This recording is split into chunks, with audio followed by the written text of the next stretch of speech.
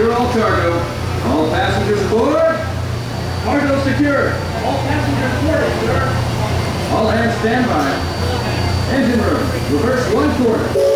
Bow line. Cast off bow line. Aye, aye, sir. Bow line away. Engine room. Head 1/4. Sound blast bell.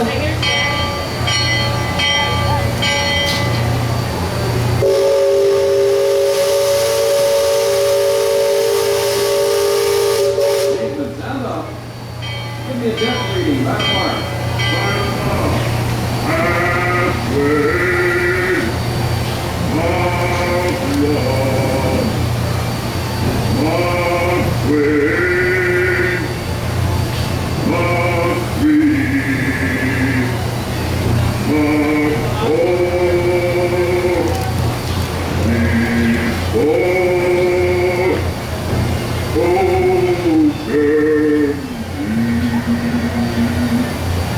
Mark 4.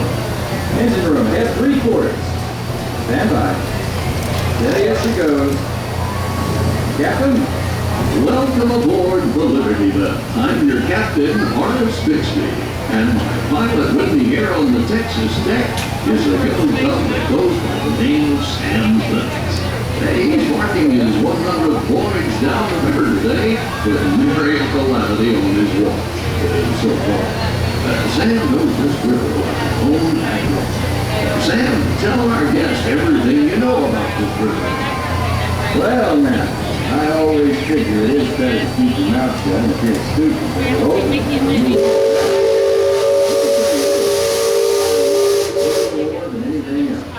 I love this river, even from the time I was a toddler back in Missouri.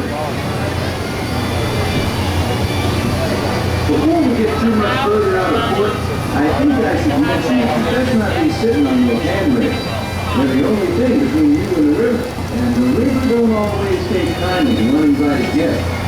We've also had reports of river pirates operating in the vicinity, so I wouldn't lean out beyond those rails for that reason either.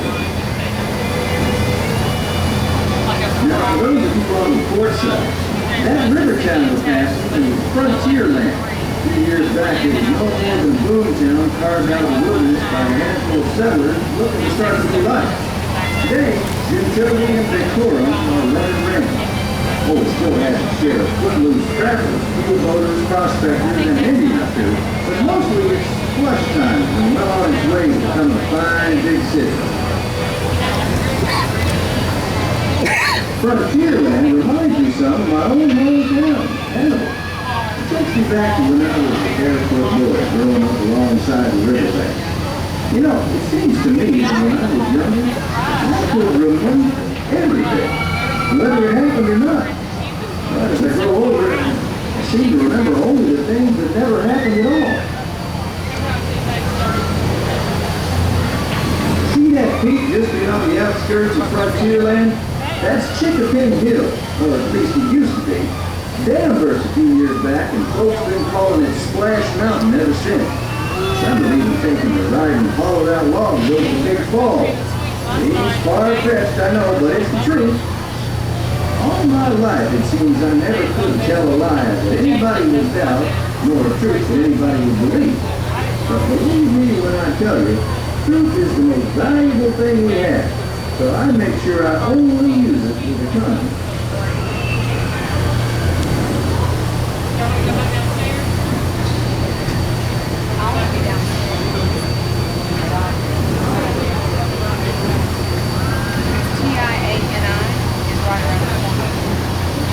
That island over across the way on the starboard side was my stomping grounds when I was young. Exceedingly young. Marvelously young. Young by hundreds of years. Younger than I will ever be again. It's called Tom Sawyer's Island, and was named for a friend from my boyhood. Even today, the only way you can get there is by raft. Old man Harper's grain mill is there, back in the woods just off Tom's Landing. And that's Muck Potter's pond and his windmill. We almost hanged once. And there's Muck's Landing. I always did like Muck. You could swear just wonderful. He and Tom and I spent most of our wild and reckless youth exploring that island. Lots of caves, lots of adventure, if you know where to look. And we all knew where to look. And that's Superstition Bridge. It connects the Big Island and Little. If you follow the Wilderness Trail there, it'll lead you right up to the gates of Fort Langhorne. It's the last trading outpost before we get into Indian country.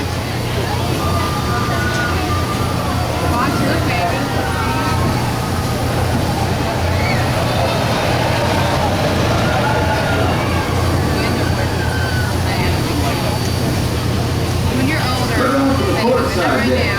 Every now and then, the water of that crest of rock comes to a natural boil and spurts out all over the place like a tea kettle left on the fire too long. The Indians around here used to tell me these geysers were actually unfriendly spirits, upset by uninvited trespassers traipsing all over their sacred hunting ground. Be that as it may, that big Thunder Mountain poking up in the sky over there. The Indians named it that because of the sound the falls used to make when the big rains came. Then the miners and prospectors and get-rich-quick speculators showed up, and the name stuck because of the sound of blasting powder going off every few minutes. There's not so much blasting these days, just ghost stories of a runaway mine train rolling down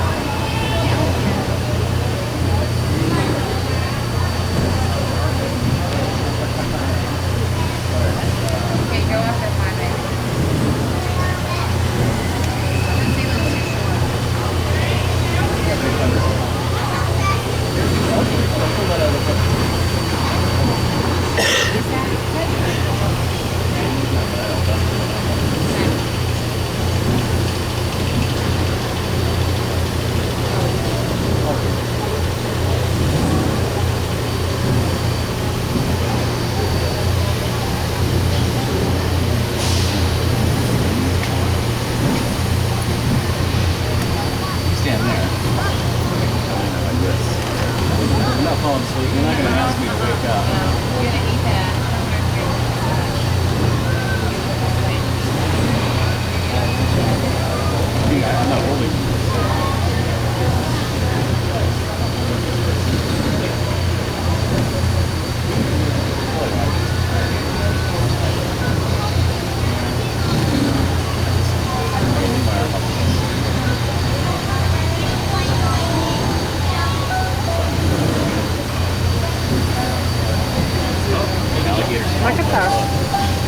Well, I'll be.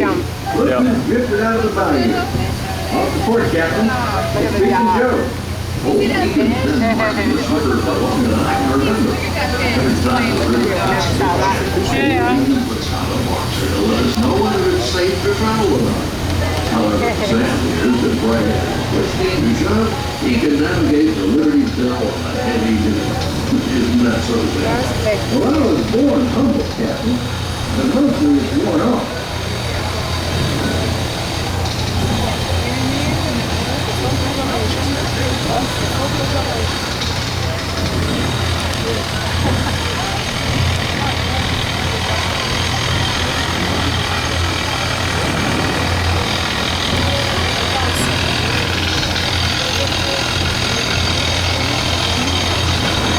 Captain, in the village support. Now that's something you don't see. This way, that's what I want to do. Look at the bees and the politics talk. Usually they stay further east. This is Seminole. And of course, this only Blackfeet Florida. Every seen how welcome it's lots of game out this way. I've seen moose and deer and plenty of other critters along the shoreline. Now, could be why the Hollanders are out this fall. And just following the food trail.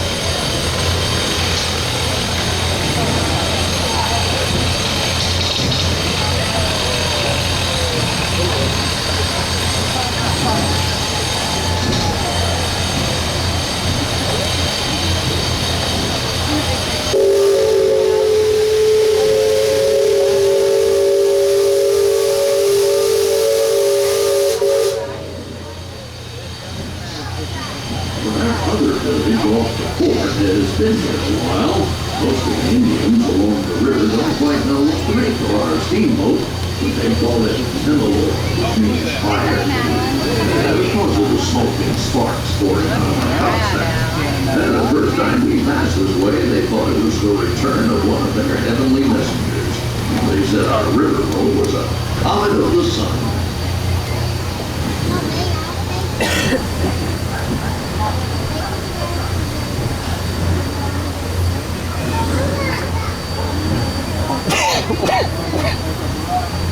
Just beyond the village, up that hill, is their sacred burial ground. And those who fall in battle are placed atop the traditional bed of death. After nightfall, they'll return to mourn the great warriors who brought honor to the tribe.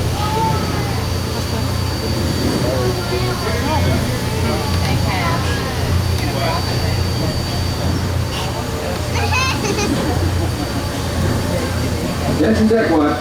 Shoals to port and starboard. Engine room, steady on. We're entering shallow water, but there's no cause for worry. Sam knows every shoal and shallow, every snag and sandbar in this part of the river, and he will navigate us through the safe water. You wouldn't steer us wrong, would you, Sam? I believe we ought never to do wrong, Captain. Especially when others are looking. Leadsman, sing out. By the mark,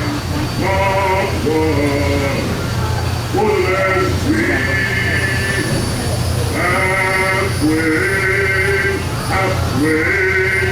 halfway. Waterless, let's make hunting. Those of you that have been this way before know that the water can get fairly shallow along this stretch of the river. The leadsmen pull out the depth. Each mark is 11 or 6 feet. Mark 20 is 2 fathoms, and for us that means safe water.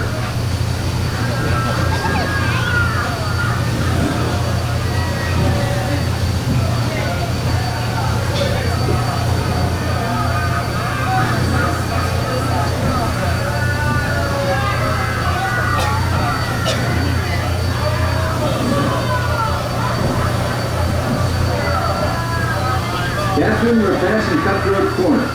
Attention deck crew, stay alert. If there's river pirates out here, this is where they'll most likely be. I can hear them from here. After all the commotion, it sounds like their interests lie elsewhere.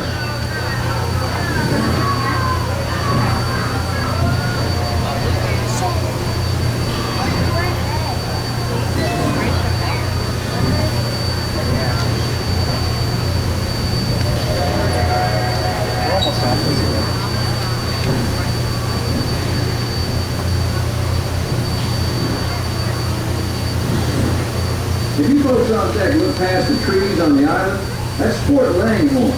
Most of these old forts started out as trading posts. Then as settlers started heading west, the army came in and took them over. My feeling is, these days, there's a lot less frontier and a lot more civilization than is truly necessary. Leadsman, give me a depth reading. Sing out. By the mark, halfway, halfway,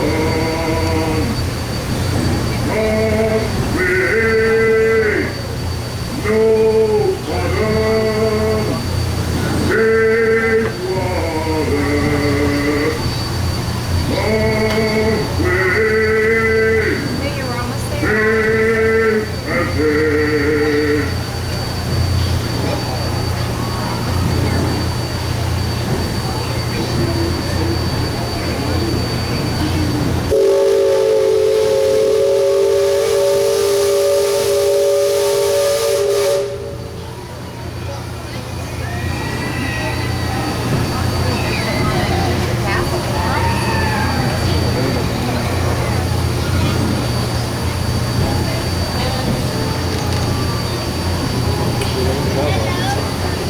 You see that brick mansion back over yonder there in the woods? I've heard folks hereabouts say it's haunted.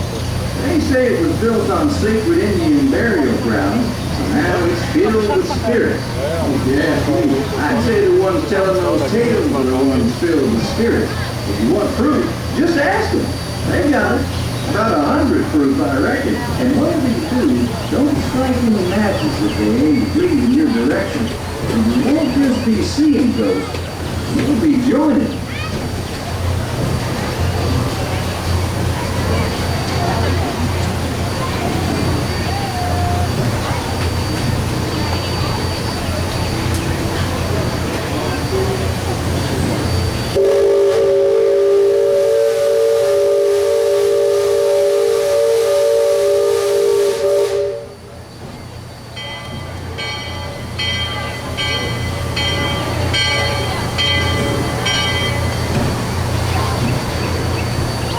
We're approaching Liberty Square, which is home port for us. We'll be putting in the dock shortly, so those of you on the upper two decks might be of a mind to collect all your parcels and head to the lower deck. If you got young'uns, you'll want to take them in hand before they get out of hand. On behalf of the captain, myself, and the crew, thanks for flying the waterways with us, and I hope I see you next time around the river bend. Thanks, Sam, and thank you, everyone, for traveling the rivers of America with us today.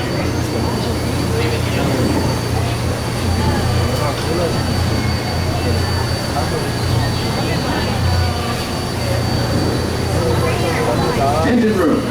Approach levee at 1/4 steam. Man the bow line. Purser, check freight and cargo. All hands prepare to dock. All passengers, stand by to go ashore.